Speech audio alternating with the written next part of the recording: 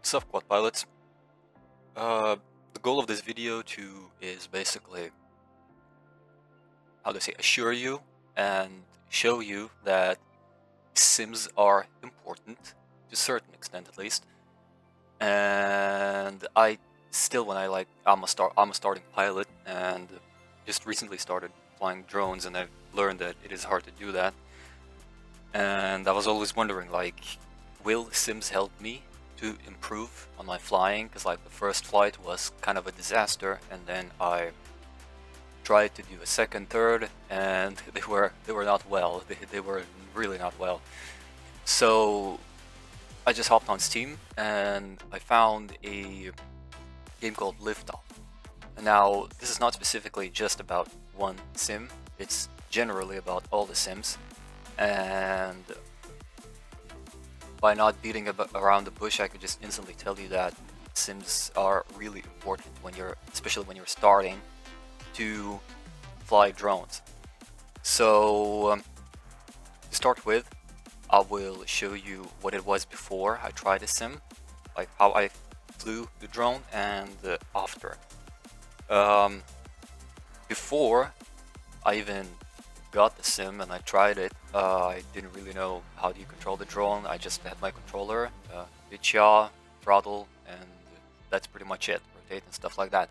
And I didn't really have that, how do I say, that feel of it.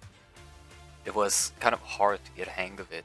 Most of the time I was just always on level and trying to basically keep myself in place, counter the wind most of the time, just, you know, being careful and stuff like that. Even then, I'd crash multiple times because I couldn't keep the elevation properly. I would crash into ground, bump into ground a lot of times. I didn't even dare going into the acro mode. And in here you can see that basically what I'm trying to do most of the time is just trying to keep it steady as much as I can, because I'm very scared to turn. Whenever I turn left or right, it's also the throttle, so I don't really have that feel. Whenever I turn, I accidentally press throttle more up or more down, and it just starts going up and down and stuff like that. I did try going acro once, but I found out that I shouldn't do that, especially for the first flight, and I just kept with leveling mode.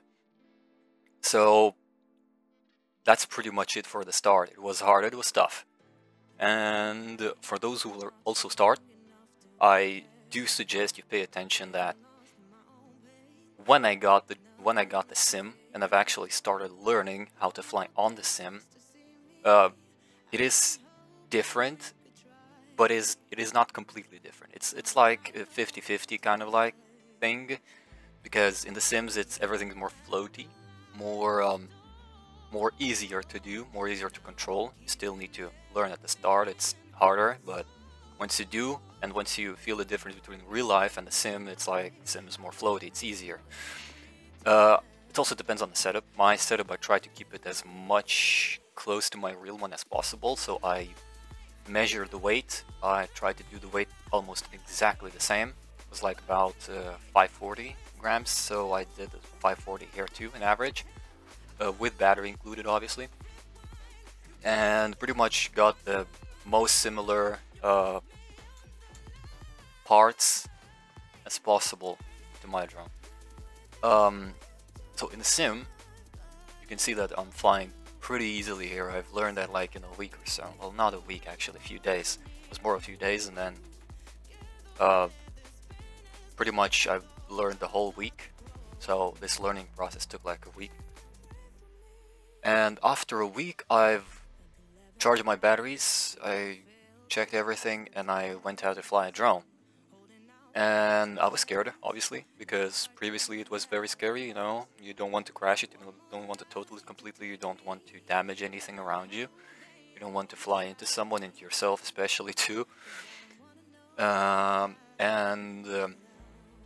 I got there, as you can see, I pretty much out of the box start flying way better than before the sim, actually.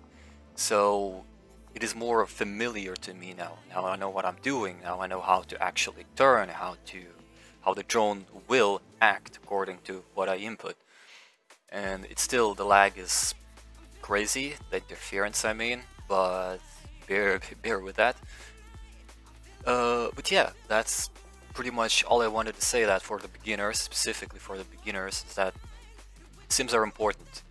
At start, especially, you need to learn how to fly, how to control your drone, because if you don't, you're gonna stay scared there, standing, trying to balance yourself, not risking anything, and in the sim you can just go, fly, crash, whatever you do. You can enable God mode, whatever the hell you want. You can just fly, you know, you can just practice, polish your skills and stuff like that. So yeah, as you can see, pretty much that's how it went.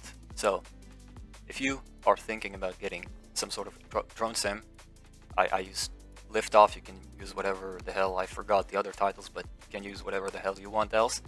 Even if it's not 100% accurate, not one-on-one, you will still learn how to control the drone,